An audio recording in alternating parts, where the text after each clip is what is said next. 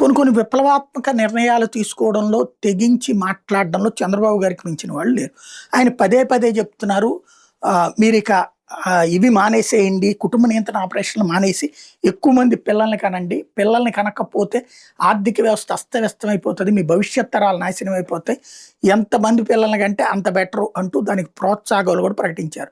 రెండో బిడ్డ, మూడో బిడ్డ, నాలుగో బిడ్డ అని. అయితే ఇప్పుడు వాస్తవికత ఒకటి గుర్తించాలి.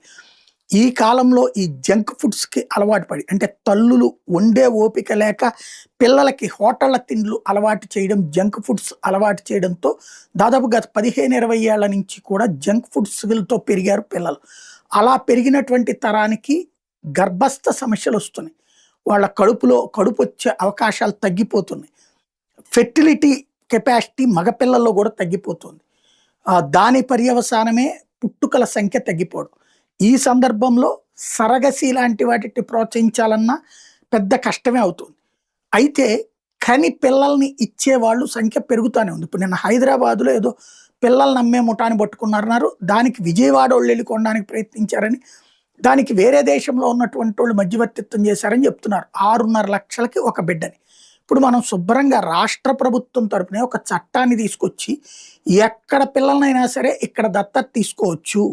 దత్తత చట్టాన్ని మార్చి, ఎవరి పిల్లల్ని ఎవరికి దత్తత ఇచ్చుకున్నా సరే పర్వాలేదు, ఆ తల్లిదండ్రుల ఇష్టం, తీసుకునే వాళ్ళ ఇష్టం అని చెప్పి దానికి ఒక మినిమం ఫీజు ఒక 50,000 1,00,000 పెట్టి రిజిస్ట్రేషన్ చేసుకోమంటే, చట్టబద్ధమైన రిజిస్ట్రేషన్, పెళ్ళిళ్ళ రిజిస్ట్రేషన్ లాగా ఇలాగా బిడ్డల రిజిస్ట్రేషన్. ఇక ఆ తర్వాత ఈ ఇచ్చేసిన తల్లిదండ్రులకు హక్కు ఉండదు లాంటి చట్టం తీసుకొస్తే డబ్బుకి డబ్బు వస్తుంది.